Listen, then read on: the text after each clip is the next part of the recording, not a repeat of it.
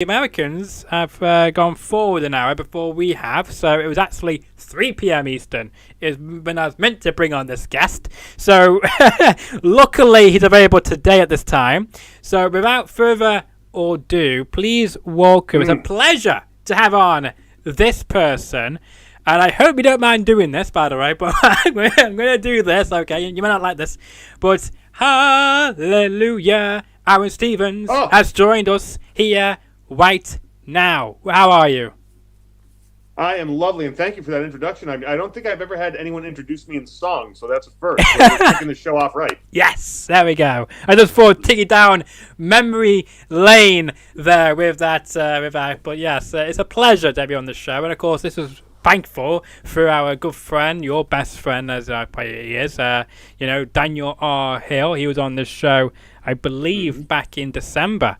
When he was on the show, and he's one who made it all possible. So thank you to him, and thank you for you accepting and reaching out.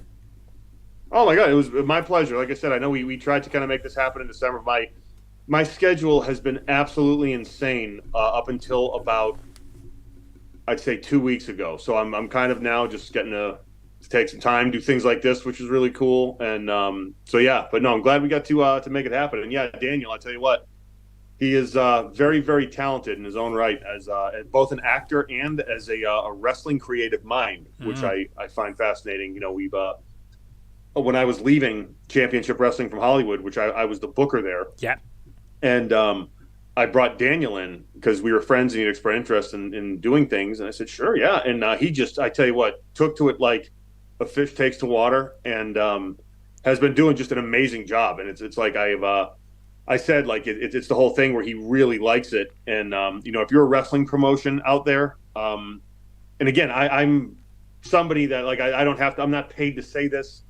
And trust me, I've had a lot of friends that have, like, I've tried to help out and they're just, they don't get the job done. But with Daniel, he is such a fan of it. Yet he is, I mean, again, the man taught the master's program at University of Louisville, was with a traveling Shakespeare company for years, like just crazy, right? Like what he's done in acting, but like how he gets professional wrestling and how it should be presented and how to develop a character. He is so good. And he would be an asset to any promotion, in my opinion. I'm just putting it out there because, I feel very shortly that Daniel will be in very high demand. So get him while you can. Yeah, absolutely. And of course, you mentioned about championship wrestling as well. And before we had Daniel R. Hill on the show, we've had David Marquez on this show as well. He actually recommended to have Daniel R. Hill. You see how this is going? I asked who he should suggest. Full circle. Yeah, exactly right. Yeah, but I mean, you guys had a great relationship, I guess, as well with your time in Championship Wrestling, and they've been doing great stuff, since I think 2010 or so, even maybe before that. But I've been watching the product on and off since then. But I mean, what were some of your favorite moments, I guess, in your time at Championship Wrestling? So with me, and I am what you would call, here in the States we call old school. And old school it's very like the best way I can describe that. Think like mid to late 90s WWF. Okay, yeah. Right? Like think like the USWA in Memphis, like Championship Wrestling from Florida.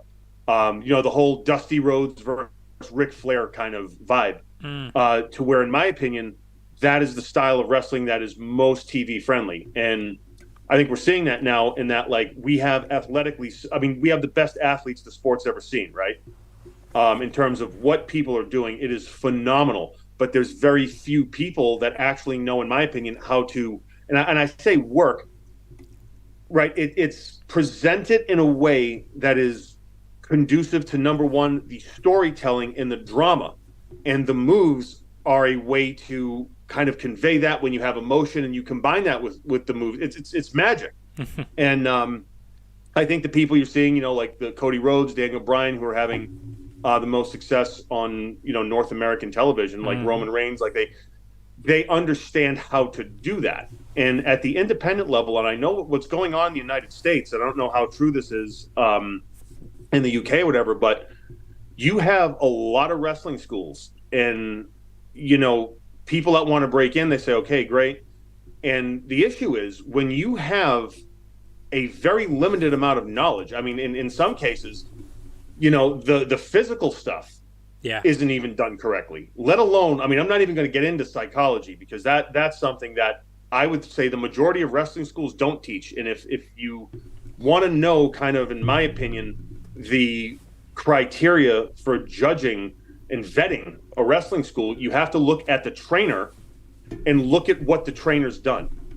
I'm not saying the trainer has to, main event WrestleMaina, or even, be in the WWE for that matter. I'm saying the trainer has to have a large amount of success over time on a national stage, because that is the ultimate arbiter of like good and bad. Yeah. Like, can you do this and be what we call over, meaning popular with the fans or hated by the fans, right? Where you garner a reaction one way or another. And if the answer is no, then you probably need to see another wrestling school. And like some of the stuff, like when I took over there in Southern California, it has a reputation of, very like, I'm just going to say this. And this is like when I was in the WWE, and I was like, because now I only think about wrestling when I have to. And, but, when I was fully in it, to be quite honest, like the perception of a lot of the West Coast was, because Rick Bassman at the time, like he found like, they look like models and super freaks, but none of them know how to wrestle. They don't. And then you have a lot of like, a lot of the people that run high spots and try to, like they think the business is one thing and it's all about getting the thing for Instagram and this and that. And yes, you know what? Maybe from a business standpoint, for that person, getting some cool thing at the expense of a story and at the expense of a show, okay, if it's financially conducive to them, right? If it can translate to likes, which can translate to advertising revenue, I don't know, right?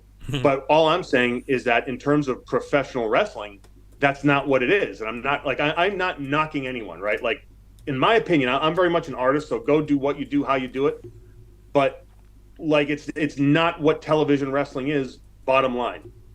And that's just kind of, again, that's not my opinion. There's numbers, there's ratings, and there's statistics to back that up. And we live in a society today where the attention span, it's short, and I understand it's like that instant gratification type thing. But, I cannot think of a better example than what Jeff Jarrett is doing in AEW. AEW, that's like they're extremely well funded. They have a national audience, and it's not as structured as WWE, let's say. It's more like a Wild West vibe, and it's kind of cool and underground, but or not underground, but it's they're the alternative right now to WWE. And why, with the amazing athletes that they have there, is Jeff Jarrett getting more of an emotional response? And when he's out there, the fans are into the whole match. Watch the audience. They're on the edge of their seat. They're cheering, they're booing, because Jeff knows how to do this the right way. And I don't want to say work, because that term is so perverted and overused now. He knows how to do what I call North American television wrestling, which is, in my opinion, the most popular style of wrestling, because if you look at the history of it, when Americans go over to Japan, let's say, right, like there was a bigger kind of aura about them. Yeah. Now, luckily, we again, and I don't know how to do the Japanese style of pro wrestling, but I appreciate it now, right? And so now it's cool because when we have Japanese stars come over here, we give them that respect, and I think that's awesome. I think that's a two-way street. It's good. However, in terms of star power, right? Like just marketable star power, more people in Japan watch WWE than people in America watching Japanese pro wrestling. Does that make sense? It does. It does make sense. Yes. Yeah, and again, this is like I have and I was going to say, like, I have a very newfound respect for the Japanese style, because like it's funny with NWA, we're a mix of everything. Yeah. Although we are North American TV wrestling, and when I say everything, I should say everyone, because we have all different people there. But just kind of some locker room conversation, like, what do you guys do? You don't sell anything, or this? It's stupid. But then, culturally, when I learned, oh no, in Japan. It's like the fighting spirit. That's the psychology of it. I went, oh, okay. You know what? Like that's cool, right? Like that's really cool. So I have to be open minded to different things, and I'm glad, because like I would watch Japan. It would be like they're just doing moves, and I don't get the why. And when I got the why, I went, okay, yeah, like that's really really cool. Like that's something that's good. And I would say that is a style, right? Like Japan, like the samurai fighting spirit, which now, as American audiences are becoming more educated, you can incorporate that psychology in the right spots. Okay. And some of the guys in AEW do it. And it's pretty cool. So you know what? It's more tools in the toolbox. And I'm one of the things I detest is like these veterans saying, "Oh, it's terrible now. It's this, it's that." No. Look, it's not what it was, but neither is society. We have more forms of entertainment. We have now Instagram. There's all kinds of different things. But I always judge a show by the emotional investment in the people, and I would like to see more of that, like the genuine emotional investment, where something isn't so laid out and written ahead of time that it's like this weird, stupid play. No, like the moment, no, but like the magic moments of improv, or the moments in the matches where people are just they don't know who's going to win and who's. It's magic and it's great. And we need more of that, and I wish that more people would do that. So again, getting back to my original statement with the championship from Hollywood, when I took over there, I secretly had reservations about the talent. Like if these guys try to, buck what I'm trying to do, you know what I mean? Because it's like, to me, you need one guy steering the ship. I know how to take orders, and I do take orders, but there, I was the guy that was kind of steering the ship. And I tell you what, I could not have been more surprised than to work with some of those really cool men and women. And then there was a couple divas, like you present them with an opportunity. And I say divas, I'm sorry, I don't mean that. This is nothing against women. No, it's not meaning women. So that's because trust me, the women there, it was just such a pleasure, because I would be like, look, I have ideas, but I'm not a woman, so you need to help me out. Ruby Reyes was, we never fully really got into that, because she ended up going somewhere and I ended up leaving, because I was leaving Cali. But, Allison Danger was really, really cool there, to where like they would, handle the women's stuff, and it was great, and it just worked. And giving the women the freedom, is something, again, like I think it's awesome, right? Like, just okay, like, to me, I was never going to shove, like, look at the attention we're giving to the women, right? Because I don't think they needed it, because I think, no, their segments, they are just as much watched, if not more so, than the men. So no, let them, like, give them that canvas. You know what? Go paint. And if I think something is really, really off, I will, trust me, man or woman, I don't care. I'll tell you. But go paint. Like, go do what you do. And so I was proud of them. I was very, very proud of them. And I was also very proud of people like Jordan Clearwater, who I just said, hey man, you got potential, but if you want to succeed in this, you need to do everything I tell you to do.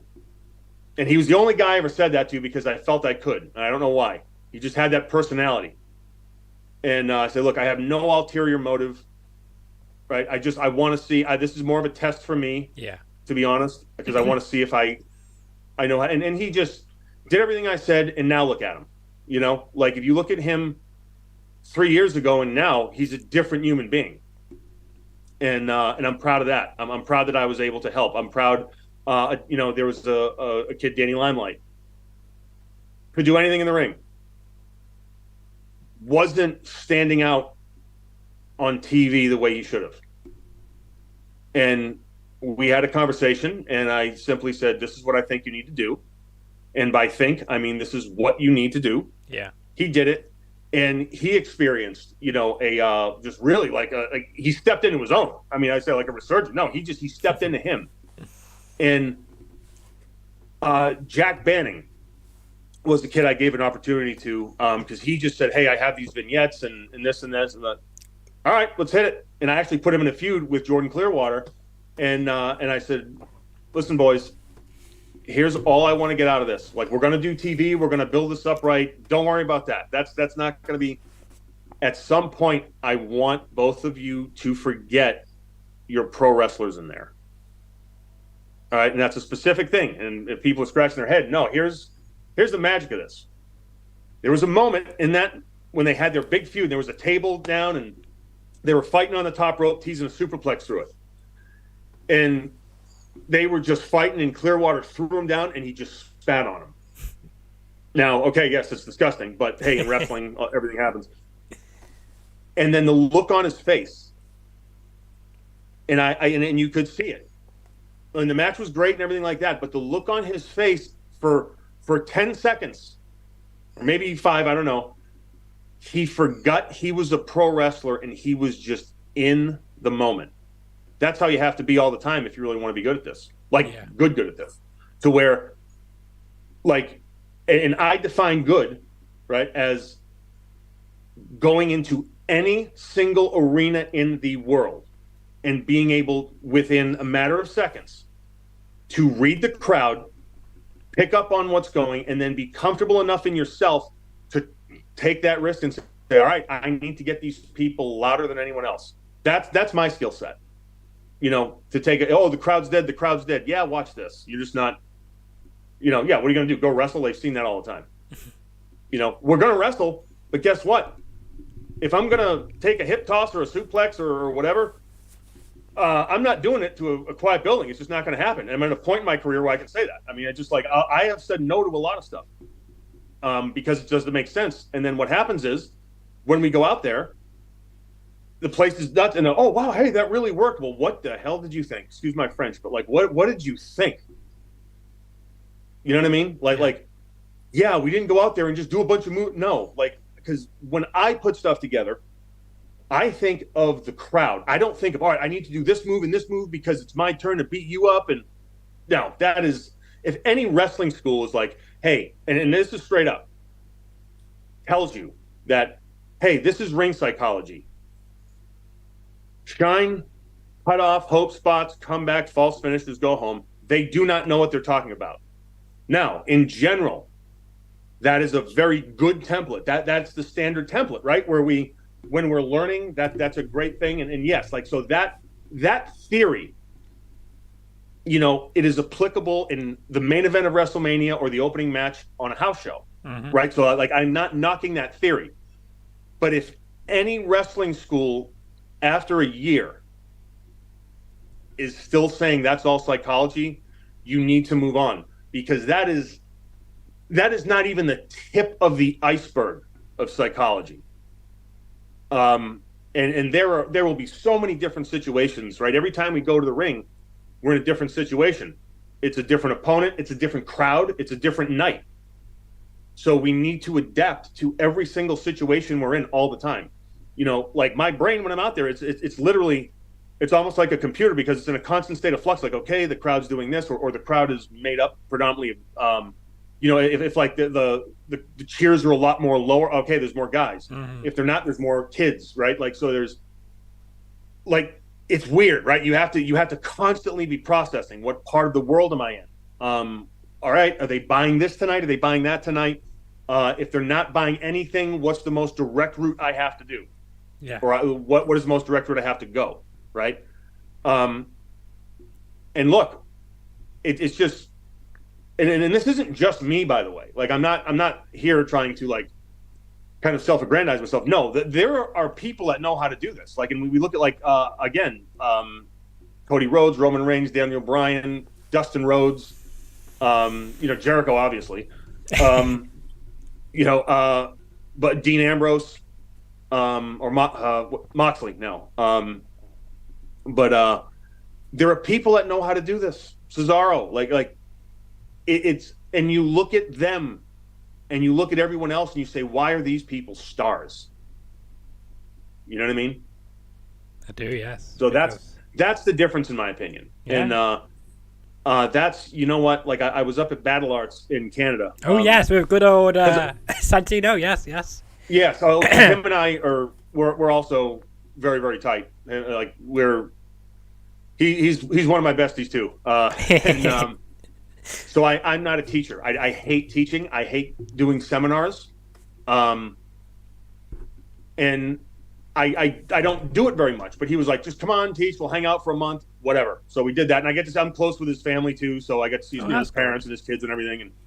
And so we drilled and we did the basics, but we also talked psychology and how you approach this.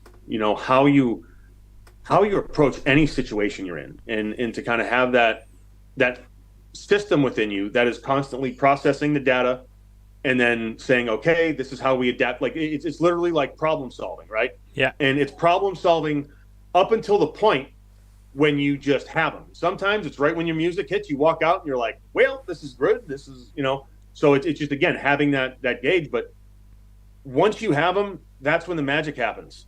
And when you're in that magic area, ooh, you know what I mean? Like that's what makes this stuff fun, in my opinion. Yeah. No, I agree with you there. And if I can mention as well, when you were saying about how you have to adapt to every situation as well, but I mean, you had to keep it fresh for yourselves, because if you repeat the same routine every night, okay. Well, I change characters every 6 months, so I know. Like, that to me, like I literally think that's fun, like to shed my skin. And then to get them to buy into something else. Yeah. Although I think I'm going to be in this one for a while because that blue jacket, I'm a fan of it. Yeah, I love that. But I mean, I was just going to say, because you had to keep it fresh for yourselves if you're facing each other quite often, and as well the fans, they could get quite bored. It was the same if they came to every show, they can get quite bored of the same routine over and over again. So yeah, exactly. So I do like that about you guys, and speaking about the robe, okay, and your current costume you wear nowadays, which you shared to me, which is on my social media and of course on the thumbnail of this video. You've said that a certain Hollywood actor stole it from you a year after, and I agree with you, by the way. No, it's, you know what? I don't like to use the word steal. Did you see the press conference I held? I did, yes. I did see your press conference, hey, yes. He's Morgan Freeman. He can have it. I'm just flattered that the man's such a big fan of mine. And at NWA 312, April 7th in Chicago, the world is going to meet Lucille. There you go. Be there or be squared. And that's it. As well, when Daniel R. Hill mentioned about having you on the show, I was a bit nervous because I wasn't sure I would have to go through the NWA or somewhere to get you on this show. So I'm glad that wasn't the case. But I didn't want to get you into trouble, by the way, because that's the last thing I want you to happen is get in trouble. But there's somebody else I want to mention to you as well, because I had this gentleman on the show, and then you kind of commented on a clip I posted on Facebook. Rodney Mack was on the show. Now, you know Rodney Mack very well. And, you commented on a clip I shared of his appearance on my show. So I'm glad you saw that, and I'm glad you commented as well to that. Thank you. Yeah, I tell you what, Rodney and I, we always knew each other because Rodney was in the OVW class right before me. Right, yeah. And Rodney was just, always cool. Just go out of his way to help. But we never really got to actually spend time. But we, at OVW, because he was trained by Junkyard Dog, I was trained by Killer Kowalski, and then we both went to OVW. And man, the training at OVW, I saw Danny Davis, who was the owner at the time of OVW in Tampa about a month ago, and I remember we hugged and we were just like we both teared up because what we learned there was pretty much everything that I just told you. Yeah.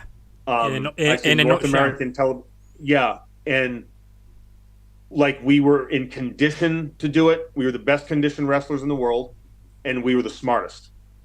And so it's weird, like when two OVW people meet each other, like, oh, what's up? You know what I mean? And there's that. No, there's this weird kinship of OVW people, and like Chris Masters, who actually will be facing Tyrus April 7th at the pay-per-view 312. He was an OVW guy, Yes, he was. And Yeah. like there's the stigma of, oh yeah, bigger guys. And I told you, because Chris was from California, like what we talked about, right? Hmm. Like, oh yeah, big jacked up California guy can't work and this and that. No, Chris is. I tell you what, he is as good as anyone out there in terms of his psychology, how he puts it together, his ability to go out there and not hurt anybody, but make it look like it hurts. Yes. Again, he doesn't get the credit he deserves for being as good as he is, in my opinion. No, it's good to bring him back up. I remember when he debuted in Double A back in the good old Ruthless Aggression era with the masterpiece. So, I did enjoy all of that poses and all of the master lock challenges he used to do, and even nowadays as well. He's still phenomenal, and he doesn't look as old as he looks. He looks the same to me. Yeah. Maybe it's all the oil. No, maybe it's all the oil he uses. Maybe, and all the tans. Likes the oil. Yep, likes the oil. Yeah. But back to you though, because you are a great guy, and you've done a lot of different things over the years, and what got you to go into the acting side of things then? It was kind of natural because I was fed up with wrestling for a while, and then the last couple months I was doing it for a paycheck, and then I said, you know what? No, because as a performer, I care too much. Yeah. And if anyone ever paid, you know what I mean, or like made a sign for me or bought my T-shirts or action or whatever, like I'm not giving them everything that I am, because I was at a weird place too in life and everything, and I just said, you know what? No. Like I will have enough pride as a performer and as a man to say no. Yeah. Like I'm not. The fans deserve better, and so do I. Because I'm not going to go out there and half-ass it. I do not want that on my resume. Like, one thing with me, if I go out there, whatever I'm doing, trust me, and people that have worked with me will tell you. Because like in the back, I can be very lackadaisical, shall we say? Like I'm pretty much. This is my temperament back there, like right before a match. You know what I mean? Like, and I don't sweat it too much. But the reason is when I'm out there, like I am giving absolutely everything I have, and then I am emotionally exhausted after. And that is the truth. Like I just, you know what I'm saying? So like to me, NWA has given me, again, the canvas to paint on and to do that, and a stage to perform on. And as much as I love acting, and I still, I've been really, God, if I told you the 2 auditions I had this week, I couldn't, because, legal purposes. But yeah, no, I don't want to get in trouble. Yeah, like having to do, like doing some movies, doing some TV and all that. And it was great. Like I did a couple indie films, which were cool. And again, I'm still actively working. I was Heels on Stars, yes, which is coming up, and or Heels season 2. And there's so many upsides to acting, and it was great. But like there was a void missing in who I am, because look, I've been literally involved like in the wrestling business since I was 16, and so that's, I don't want to say how old I am, but let's just say that's more than half my life. Well, Google would tell you your age, I guess, because all over Google. Yeah, no. Don't Google, just look at the face and judge from there. I seem to be getting younger, and aging in reverse, as people are telling me. Well, it does happen, but, some people have good genes. I'm like Benjamin Button, but just really, really slow. So, no, I'm kidding. I have actually a pretty strict facial regimen. So for everyone out there, use sunscreen, moisturize, and do not be afraid to again just lather a little bit. I do some infrared therapy. I don't know. Check with your doctors. Don't quote me on that. That you have to check with your doctors, make sure it's okay. But I do a bunch of stuff to try to keep up the appearance, if you know what I mean. Yeah, no, good stuff. And of course, use sun cream in America or Europe or even in Asia, because we don't get much sun over here. Oh, that's right. Yeah. Yes. Yeah, we get a lot more Wow. rain. We get more rain, Okay, or more than more. We've been getting a bit of snow more recently this year than rain. As rain recently, but not as much as we would like. But there you go. But yeah. But speaking about the UK, though, you've been here, numbers of times. What have you enjoyed all your times coming over to good old England, coming to Manchester, and all that type of stuff? And what do you do when you come to the UK? Do you just stay in a hotel all day, or do you go a bit touring, or do you go shopping, or go pubs or whatever? Well, I've actually done a little bit of all that. First of all, I love the UK. And it's funny because I don't like international travel, and like I'm like, no. And if I'm gonna fly there for work, it's my whole thing is like business class, because look, I'm 6'4", like I go between 240 and 250. Like it's just I'm not going to fly like that across the pond if I don't have to. You know what I mean? Yeah, I know, I get that. And I think What Culture, I think they brought me over. Was that them a couple years ago? Oh, it was right when I left WWE. And they did it. They did the business class thing and set the tour up and everything. And I absolutely, I just loved it, because like with WWE, UK, the fans were always so cool to me. And like when I've gotten to meet them a little bit in person, but like every time I perform there, because my character, it was very British humor, because I grew up with a lot of British humor. One of my grandmother's favorite shows was Are You Being Served? Oh yes, and yes. Then I watched the Benny Hill show. Oh yeah. For a number of reasons, but then I would watch Monty Python. I'm a huge Monty Python fan, and like so the English sense of humor I naturally kind of have. Yeah, and it went well, at least a little bit. So like they got Sandow right away. Yes. They got Mizdow. They knew exactly what Mizdow was. Yes, and I love that. And it wasn't me mimicking the Miz. Like there was a far more tongue-in-cheek layer to that character, which is why it lasted so long. It was great. It was a lot of fun. Watching. Like, you're not going to use me? Well, watch this. I will make a mockery of your television show because of how ridiculous it is. Yeah. And so that was that. It was just like I said. Again, I love it. And then when I got to go over there for What Culture, actually meet the fans and talk to them and interact with them a little more. Like I was just touched at how they viewed me, and that did wonders for me. So again, for the UK fans, thank you all so much. It was truly an honor. Yeah, well, I hope you get to come back over again in the future, because that'd be fun. Yeah, that'd be fun. Yeah. But I mean, did you understand all the different accents as well in the UK? Because you got the Cockneys, you got the Scousers, you've got the Mancunians like myself, you got the Scottish, obviously. But I mean, were you able to understand exactly everybody's different accent, including as well the Bummies as well from Birmingham? Oh, well, because that's by Nottingham. Yeah, it's nearby Nottingham. Yeah, it's like the West Midlands area. That's where I think for you, Pete Dunne. He's from Birmingham. Yeah, I can tell the difference. Like regionally, I don't know where it's from, but I can absolutely pick up the different accents of England. Yeah, absolutely. And you can understand all of them. Because a lot of people. Oh yeah, I've never had a problem. Oh, okay. I'm not saying you personally, but because if you're not used to the accent, then it can be quite hard at first to be like, oh, okay. Because we talk quite fast, don't we, as well? Like you guys talk a bit slower, I'd say. Yeah. No offense to anybody over there in America, but I just feel like we talk really fast. So. Hey, we're the people that didn't cut it over there and had to start a new colony. You know what? This ain't working. We'll see you later. So of course, no. Yeah. God, I mean, look, we have Harvard. You guys have Oxford. Yes, that's very true. That's very true. And at one point, you guys had a blonde president, and we had a blonde prime minister. Who both had the to leave same office. barber, apparently. Yeah. Hey, could I go grab a glass of water real quick? Go ahead. You go ahead. I'll be right back.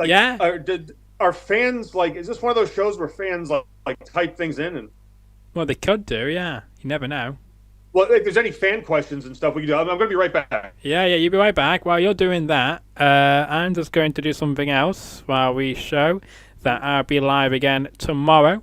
As you can see on your, I was going to say on your screen. You can't really see that on your screen now. You can, if I just do that.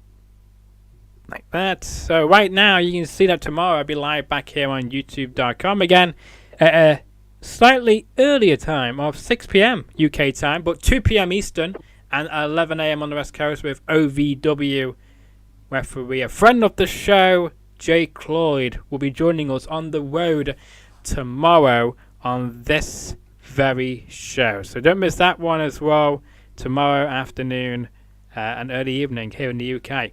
But back with my guest here, Aron Stevens is back. Am I back on screen? You're back on screen. I tell you what, thank God I wore pants today because, I just realized I was getting up and getting. Thank God that worked out. This could have been a different kind of a show. Yeah. Well, luckily I got a graphic there to put on, so I was waiting for the right moment to put it on, and that came at the right time. So thank you for the water break, as they say. But I mean, you've done a lot of things in your career. You met a lot of amazing people in your life, from wrestling to acting as well. And speaking of acting, I don't know if you can tell much or talk to me about this, but I know you're in an upcoming film called. Let me just find it quickly. I should have this prepared, shouldn't I? It is called The Oath. Yes. Coming out sometime this year. That's according to IDMB Pro, and you are tagged in that. So I don't know if we can talk about that, but I'm looking forward to seeing what that is and seeing you in it. Thank you so much. I appreciate it. Yeah, it was a fun movie to work on. When are you allowed to say where it was filmed at or anything, or not? You know what? I don't know, so I'm gonna err on the side of caution. Okay. No. How about this? A lot of it was filmed outside. Okay. There you go. That's a nice teaser, wherever that was. But you ever stay tuned to Aron's social media to see that, because we're mentioning it on and off the program, and I don't want to put that back on. But we're mentioning it on and off the program of Aron's social media, where you can find him. So let's talk about then, NWA. You briefly mentioned it. You mentioned about Chris Masters and Tyrus, obviously. You worked with Rodney Mack, and there was a GIF as well as I saw on. I think you shared it a few months ago of like a manager type role as well. You've done in the NWA. I bet that has been quite fun for you, not having to get too physical and able to punching referees and other people around. I bet it's been fun for you, hasn't it? Do you know what I love about that clip? Go ahead. What do you love about it? This one person on Twitter said, "Why would you post that? That's the fakest shot ever." Oh, and yes. I remember that, when I got back, everyone told me, they were like, it looked like you completely killed him on that. Yeah. So I'm like, wait a minute, there's a translation. Well, when I had the black glove on, yes, right, it was because it's the left hand. Mm-hmm. If you look at it, because when I wound up, he thought I hit him with my other hand, which was open, by the way, and he thought that was the hit. And then when I came hard with the left, and dropped him. So I just went, I look at the other hand, and I think the conversation ended pretty quickly.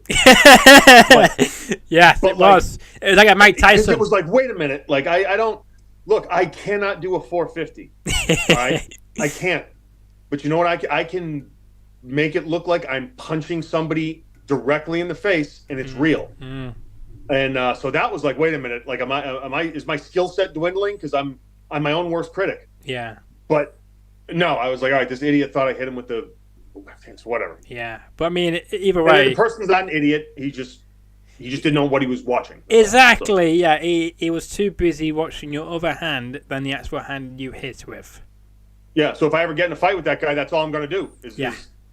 And then cut him with the left, you know what I mean? That's it. Yeah, but I mean, that punch there was like a Mike Tyson kind of punch, or a Mayweather punch or whatever, so you did a quacking job on that. Well, yeah, there's been some speculation, right? People think just because what I do, I give my knuckles a massage to get the blood flow in. They think it's loading a glove, like I have some kind of a lead pipe or brass knuckles or some kind of a hidden object in there. But it's not. I actually, when I'm getting ready to really give it to somebody, I get the knuckle. I have to loosen my knuckles up. It's the same way that a gymnast stretches before they, go on the beam or the rings. It's the same. You see in the martial arts all the time. I get my knuckles right, and then turn out the light, as they say. Yeah. It's a shame, however, you did punch the wrong referee. I was saying that opinion. There's something Well, he got in more. the way, and I didn't know it was him. It was the heat Oh, of right, battle. okay. I was surrounded by people, and in no way would I do that to an official, nor do I condone violence to an official of any kind. Got you. Well, I was going to say, if he had to punch somebody, I would have chosen somebody else to punch than that guy. But anyway, yeah. But Yes, no. I mean, your Rodney Mack guy, he's done a lot of hitting people in the wrong way or out of nowhere. So I guess you guys can relate a bit, I guess, as well. Yeah.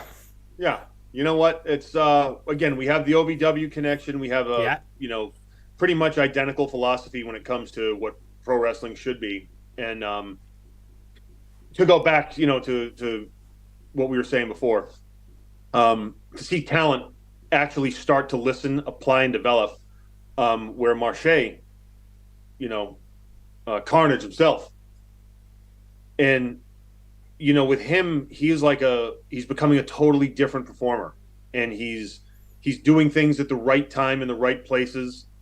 He is understanding now how to structure things and adapt when things don't go 100% as planned and the lights are on. Because and again, we'll tie this back into wrestling schools.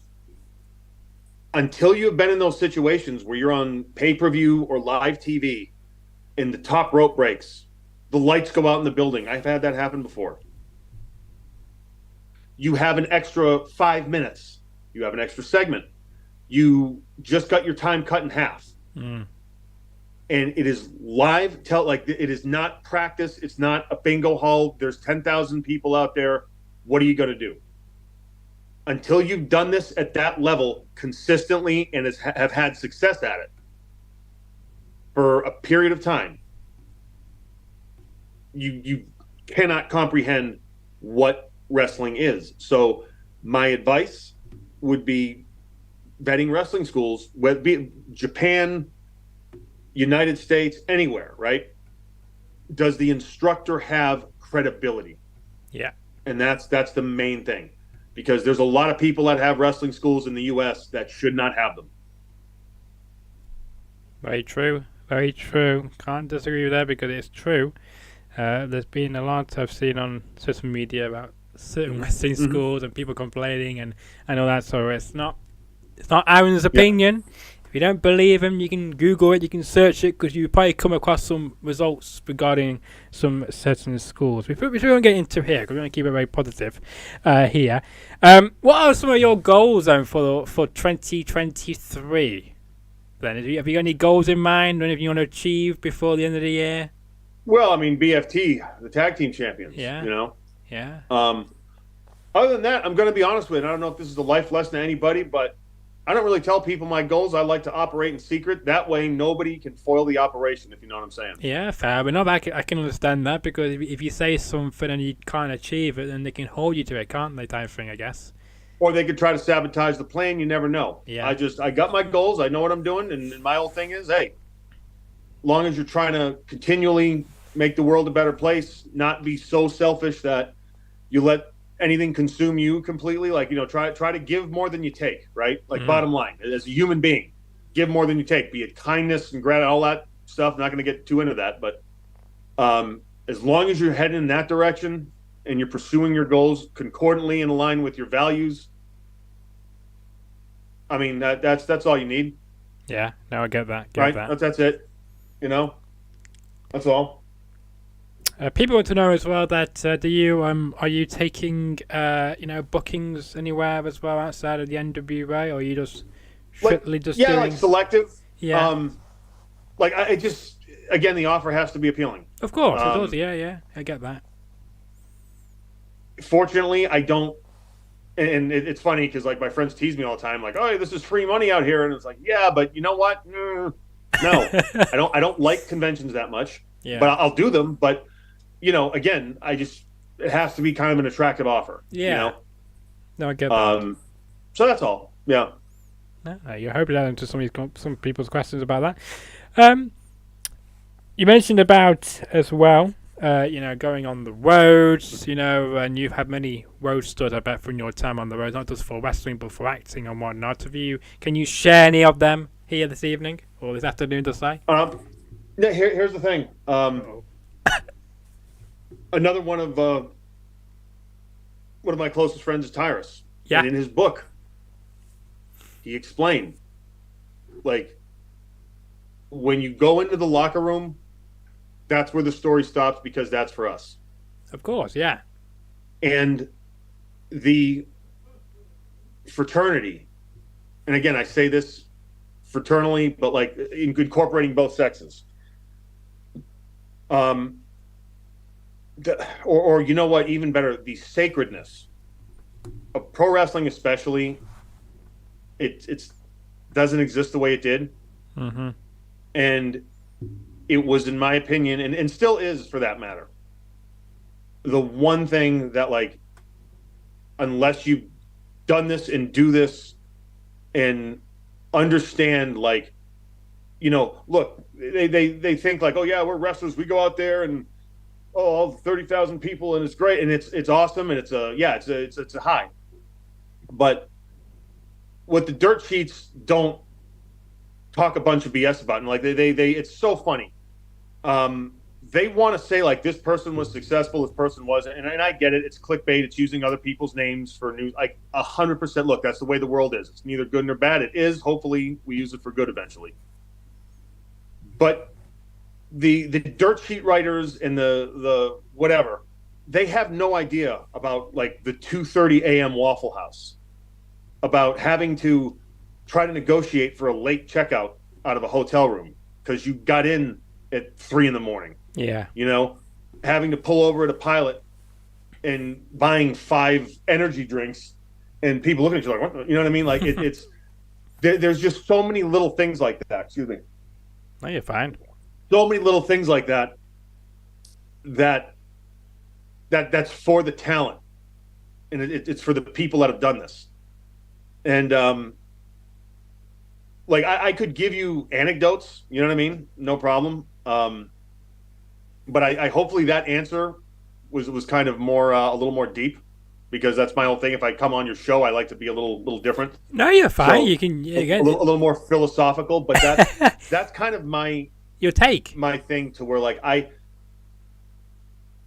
can tell some very embarrassing stories about a lot of people, but you know what the difference is too, or those people can probably tell you twice as many about me. So exactly, yeah. Well, we don't want to start drama. No, and but the thing is, it's not a matter of starting drama. It's a matter of simply respecting. Oh yeah, even people that like I don't want to hang out with or anything like that ever again. But like, no, you respect what happened when it did, and that's it. Because that's something that only we have. You know what I mean? No, I get that. And I want to mention as well to you, as I enjoy, because I was looking forward to your wedding on NWA with Mary Valentine. She's been on this show, by the way, back in 2020 as well. She was actually on this channel as Maria, Gomez. Great lady. I enjoyed chatting with her back then. But I was quite disappointed that it didn't work out between you guys, because I thought it'd be, a successful wedding. I don't think there's been a wedding in the mod, since the NWA came back under Billy Corgan. So I thought it'd be a love ending story where nothing goes wrong, and of course it's as typical that something always does. You know what? It was paperwork. I've never seen the minister, the judge, whoever's. I mean, I've never seen that man in my life. Discrepancies happen. Unfortunately, I am still single and ready to mingle. So there you go. I mean, that's the way the world is. We move on. Yeah, no, I'm not going to. Yeah, don't blame you at all. I want to know though that you say you're ready for mingle. I guess maybe you could go on to the Bachelor if there's a men version of that show, or even I don't know if you guys do Love Island over there or not, but that's something big over here. I will say this to anyone with a show like that in any country: I am the last person you want, because, and my friends will tell you, like, my dating life, No. That ain't a TV show. That's a horror movie. Fair enough. I'm not going to judge you. Tragedy. I'm I not don't going want to to give judge the you. wrong impression. Yeah. I don't want to give the wrong impression. No, my exes are all, you know. But I'll say this. Go on. I will say this because in case someone is watching, I don't know who that would be, but like there have been a lot of look, my dating it is a mess, but it's me. I am a psychiatrist's dream and a psychiatrist student's nightmare, if that makes sense. Mm-hmm. I get that. So I've had a lot of people that were really, really good and have influenced me in a lot of good ways. So I don't want to make it seem like I'm that much of a train wreck. Although, yes, don't ever date me. Like I'm sure you'll meet the right person at some point. Hey, you know what? If it's there, right? Like we're not the same people at 30 that we were at 25, Exactly. Right? We're not the same people at 25 that we were at 20, right? So Exactly. and hopefully again we continue to grow, right? And continue to change. And that goes with all areas of life, right? Whether it's your profession or anything kind of like that. So yeah, no, we say that. I was just making a joke about my dating life. I know you are. That whole thing was a joke, kind of, not really. Maybe a little bit shred of truth in it, or all true. Well, maybe it's all true, or maybe it's all fake. Who knows? Truth or lie? I just felt like getting my Roddy Piper on for a second. But I mean, there's been a lot of great people from the wrestling world going on to even the Masked Singer. You I believe, can sing from what I remember. So I guess maybe that's something you could do in the future. Go on the Masked Singer. Not in the US. You could come over here and do the Masked Singer or the Masked Dancer, because you can dance. She did it at the Billy Corgan's concert. What's it called? The band the other week. World is a Vampire Festival with the Smashing Pumpkins. That's right, Smashing Pumpkins. That's right. What a wonderful excuse to bring me back to the UK. Yes, you could have.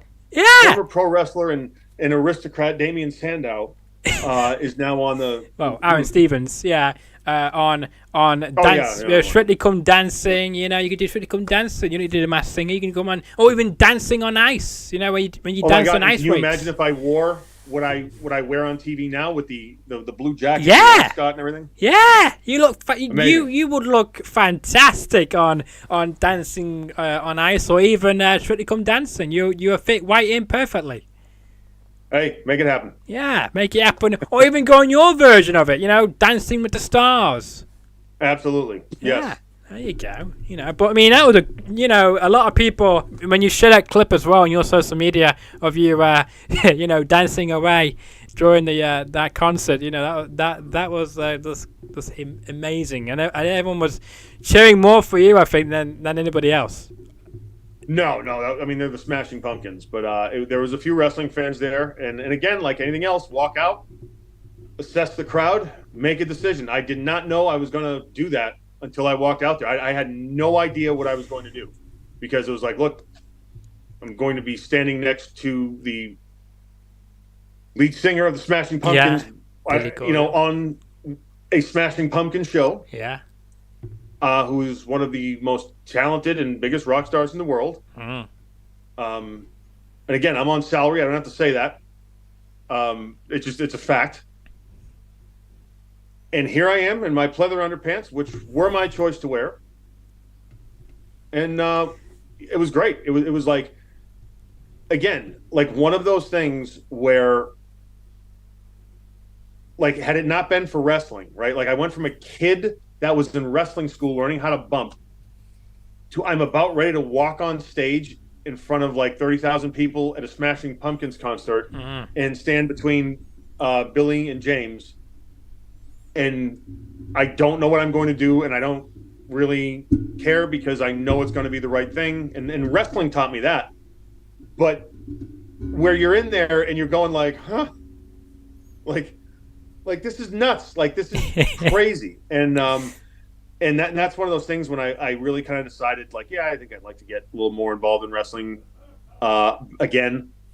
I'm so glad I did, because at NWA, and if you haven't checked out the show, you should really. We're on YouTube, on Fight TV, and it's wrestling the way it should be. Like I said, the North American TV wrestling, we're kind of gearing towards that product, and as the NWA product, we continue to evolve and kind of really just again find that like that magic that's happening. I mean, and if you look at NWA right now, look at our title is the most seen professional wrestling title on American TV. Yep, and also on English TV, I think, as well, because I think when Tyrus appeared on Piers Morgan's show, I believe he had the belt with him on there as well, because he appears on Fox News, you know, very often, and he's promoting the belt, promoting the promotion, which is a great thing. But that's old school. That's how it should be. Yeah. And then you look at guys like the Thrillbilly Silas Mason.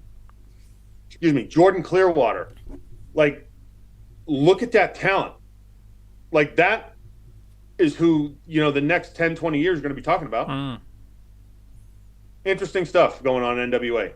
Yeah, check it out, as you say, on YouTube or Fight TV or anywhere else you can get NWA on. Illegally, of course, by the way. But of course, Fight TV do follow me on Twitter. Don't know why. I don't do nothing, so I don't know why they follow me for, but it's interesting, isn't it? Yes. Yes. But I mean, it's been a pleasure having you on this show. I know we're coming up to an hour. Apologies for maybe forgetting a few things there, but that's what happens when it's night time over here. So apologies. Hey, it happens. It happens. I hope you'll come back on the show again, because absolutely, this was so much fun. We really just touched the surface, I feel like, rather than anything else. I'm a very deep guy. You are. I like it, you know, because many people being on the show, they don't really give in-depth answers. So shallower than a kiddie pool. Yeah, so I like that. But before I let you go, though, I want to know, who would you suggest, to come on the show after the great Aron Stevens? The legend Aron Stevens. How about that? Jordan Clearwater, actually. Jordan Clearwater, okay. Good choice. You mentioned him a few times, so I'm sure he'd be happy to come on. Yeah. Yeah. Yeah, okay. Because he can tell you everything I say is true. Oh, I believe me. I think you will. I think there's no reason for me to think otherwise. No, and again, like I just simply like put my theory up against anyone else's, like, and it's not mine. It's the theory that I subscribe to. Yeah. You know, that's all. Yeah. The key is you can't be married to the way it was in the 2000s, early 2000s. The 90s, the 80s, you can't be married to that. You have to take that philosophy, but always keep it new, keep it fresh, right? And bring your individuality into it in whatever way that chooses to express itself. And that's the magic. It is. And of course, even though as much as I love the early 2000s, because that's when I grew up with the ruthless aggression era, and of course with TNA wrestling as well, with total non-stop action. And you mentioned about Jeff Jarrett earlier with what he's been doing. He's been doing it for so many years, and he's doing it perfectly well in AEW and helping them out now with their live events. And I can't really see what you do as well in 23 with any of your work at NWA, or with your acting, or maybe even doing other things as well. Yeah, stay tuned to your social medias as well. But from all of us here, though, thank you for watching. If you enjoyed the episode, like it, share it around to your friends. Tell them about that. We had on Aron Stevens, a.k.a., of course, Damien Sandow. And leave a comment as well, and of course subscribe if you're new. It takes 10 seconds or less to do. We've got 209 subscribers, and I'll be back live tomorrow night at 6 p.m. UK time, 2 p.m. Eastern, as I should have done yesterday with you, Aaron. I didn't know the clock went forward. So, all good. So yeah, my apologies for that, but yes, thank you for tuning in, and good night, everybody.